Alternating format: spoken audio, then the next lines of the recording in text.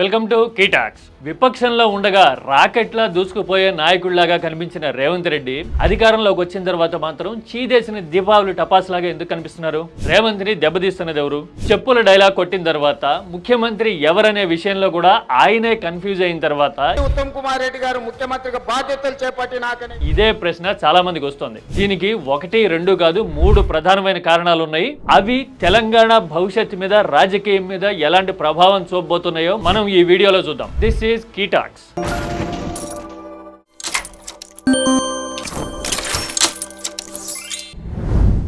అధికారంలోకి వచ్చిన తర్వాత ఒక లీడర్ క్యాలిబర్ ఏంటి అని తెలియడానికి రాజకీయంలో ప్రధానంగా 3 బెంచ్ మార్కులు ఉంటాయి అనుకుందాం. ఒకటి, ఇచ్చిన హామీల్ని నిలబెట్టుకోవటం. రెండోది, రాజకీయాన్ని చతురతతో ఎదుర్కోవటం. మూడోది, ధీరోదాత్తంగా కనపడడం. మరి ఈ 3 హామీల విషయంలో రేవంత్ పర్ఫార్మెన్స్ ఎలా ఉందో చూద్దాం. ఇచ్చిన హామీల విషయంలో ఫంబులు కావడము, హామీల సంగతి సరే, ఆఖరికి కళ్ళాల్లో ఉన్న పంట కూడా కొనట్లేదు అని గోలెత్తిపోవడం అనేది కనపడుతోంది.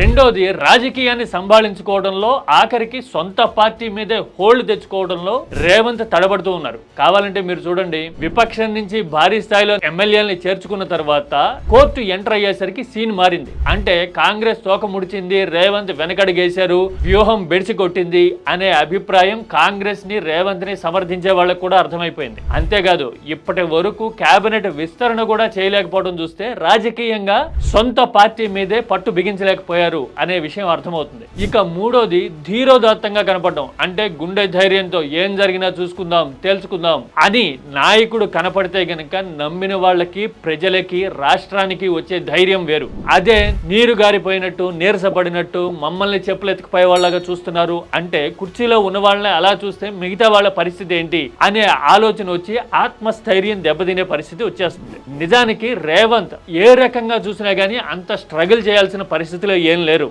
కావాలంటే కేసీఆర్ తొలిసారి ముఖ్యమంత్రి అయిన నాటి పరిస్థితితో చూద్దాం. అప్పట్లో తెలంగాణలో ఇంకా టీడీపీకి స్టేక్స్ ఉన్నాయేమో అనే ఉద్దేశంతో మీడియా కేసీఆర్ కి అంతగా సపోర్ట్ చేయలే. ఆ తర్వాత రాజకీయంగా కూడా అంతంత మాత్రం మెజారిటీ ఉన్నా గానీ కన్సాలిడేట్ చేసుకోవడానికి, ప్రత్యర్థి పార్టీల శాసనసభా పక్షాలు విలీనం చేసుకోవడానికి కేసీఆర్ వ్యవహరించిన తీరు వ్యతిరేకించే వాళ్ళని కూడా ఆశ్చర్యపరిచింది. ఇది ఒప్పుకుని తీరాల్సిన వాస్తవమే. ఆ తర్వాత పక్క రాష్ట్రంతో కూడా అంత సఖ్యతేమీ లేదు. 7 మండలాలను కలుపుకున్నారనో, రాజకీయ వైరమనో, మొత్తానికి ఆంధ్రప్రదేశ్ తో నిరంతరం చెడుగుడు ఆడుతూనే ఉన్నారు. పక్క రాష్ట్రంలో అధికారంలో ఉన్న టీడీపీ కేంద్రంలో భాగస్వామి కాబట్టి కేంద్రంతో కూడా సఖ్యత లేని మాట వాస్తవం. అంటే కేంద్రం వైపు నుంచి, మీడియా వైపు నుంచి, పక్క రాష్ట్రం వైపు నుంచి ఎటు చూసినా గానీ కేసీఆర్ కి సవాళ్లే ఉండేవి. కానీ రేవంత్ కి ఇవేవీ లేవు. మీడియా వైపు నుంచి సపోర్ట్ ఫుల్ గా ఉంది. అలాగే పక్క రాష్ట్రంలో ఉన్న ప్రభుత్వం కూడా మన రేవంతే అనుకునేంత సాన్నిహిత్యం ఉంది. కారణాలు ఏవైనా కేంద్రం కూడా అన్ని రకాలుగా సహకరిస్తున్నమాట వాస్తవం. అయినా గానీ సొంత పార్టీ మీద పట్టు రాకపోవడము, రోజు రోజుకి ఇలా తడబడుతూ ఉత్తమ్ కుమార్ రెడ్డి ముఖ్యమంత్రి అని మాట్లాడే పరిస్థితి రావడాన్ని బట్టి చూస్తే రేవంత్ తనను తాను రిపేర్ చేసుకోవాల్సిన పరిస్థితి ఉంది.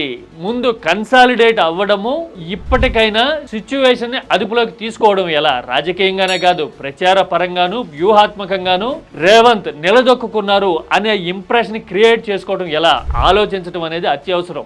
ఎందుకు అంటే పరిపాలనా కాలంలో ఇంకా 2 ఏళ్లు కూడా పూర్తి కాల. కాంగ్రెస్ పరిస్థితి చూస్తే దేశవ్యాప్తంగా అంతంత మాత్రంగా ఉన్న సమయంలో తెలంగాణలో ప్రయోగాలు చేస్తుంది అనుకోవడానికి లేనే లేదు. ఇలాంటి సమయంలో రేవంత్ ముందు యాంపిల్ టైం ఖచ్చితంగా ఉంది. మరి బౌన్స్ బ్యాక్ అవ్వడానికి ట్రై చేయగలరా రేవంత్? అంత ఎఫర్ట్ పెట్టగలరా? This is కీటాక్స్.